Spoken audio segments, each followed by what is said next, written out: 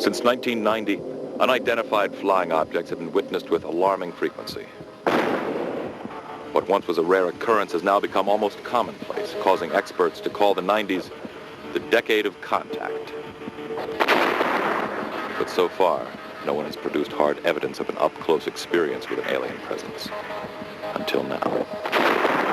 July 20, 1993, Northern California. Two high school girls, Ray and Carrie, embark on an afternoon hike to a local reservoir.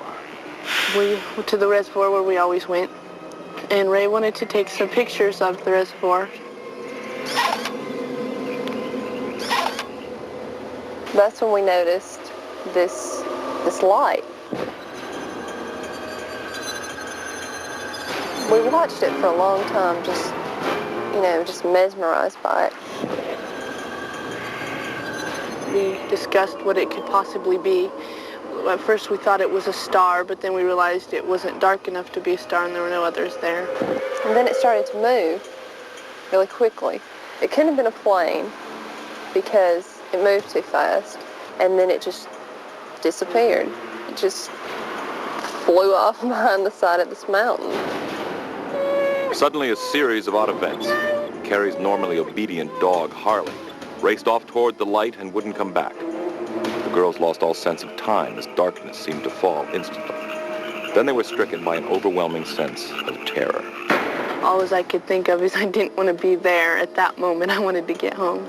We took off running home. We tried to call Harley back, but she wouldn't come. When the girls arrived home, they were out of breath and near hysteria. They were scared. They were not just being silly teenagers. I really realized there was fear in what they were telling me. The girls were clearly panic-stricken, but they could not explain why. Michael Lindemann is a UFO researcher who maintains one of the world's largest databases on contact experiences. I think they met something, a phenomenon of some kind that had this effect upon them. It is a UFO by definition. It could have been intelligent.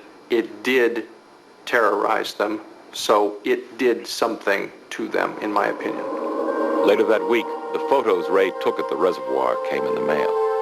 I pull out the pictures and I start looking through them, and I see these 4 pictures with the lights, and I just drop down on my driveway and start looking through all these pictures.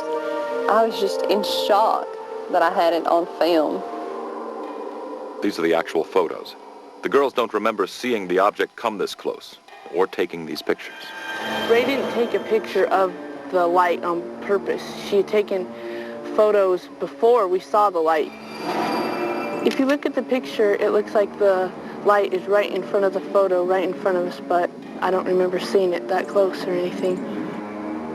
Jeff Sainio analyzes photos for the Mutual UFO Network. I've never had a photograph of an object that appears to be this close before. The photos told a much more complete story than what was remembered consciously. You can see a very small dot, which is proper focus to be a real object out there, not just a film defect. And then in the next 2 photographs, you see an object that's probably about 1 foot across and about 15 feet away at the most. Very bright and fast moving, so a very frightening object. The girls have no recollection of the object they photographed. Did they experience the phenomenon UFO researchers call missing time?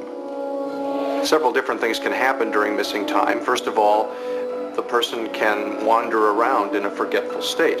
Second of all, the person can go unconscious. Third of all, they can be taken somewhere else. Sometimes we hear people taken aboard craft or put into a strange, different reality, and that reality can then be blanked from their mind. You know, it scared me after I thought about it. It really scared me because I thought, what if there really was something there? And what if the girls just disappeared? And nobody ever knew what happened to them. Hypnosis has been widely used to recall repressed memories. Memories that are often too horrifying to deal with in a conscious state. The girls have never undergone hypnosis, so we may never know what happened to them on that summer afternoon. However, the photos they took may provide the first concrete evidence that missing time is real. In this case, there are 2 girls affected the same way. That strongly argues for an external event. Just not knowing what it can be, that was the scary part. I used to think that, you know, there was nothing out there. Now maybe there is. This was just a small story, another one of thousands of alien encounters. But perhaps it's one more piece in a mosaic. And someday, we'll be able to step back and see the entire picture. I'm Jonathan Frakes. Good night.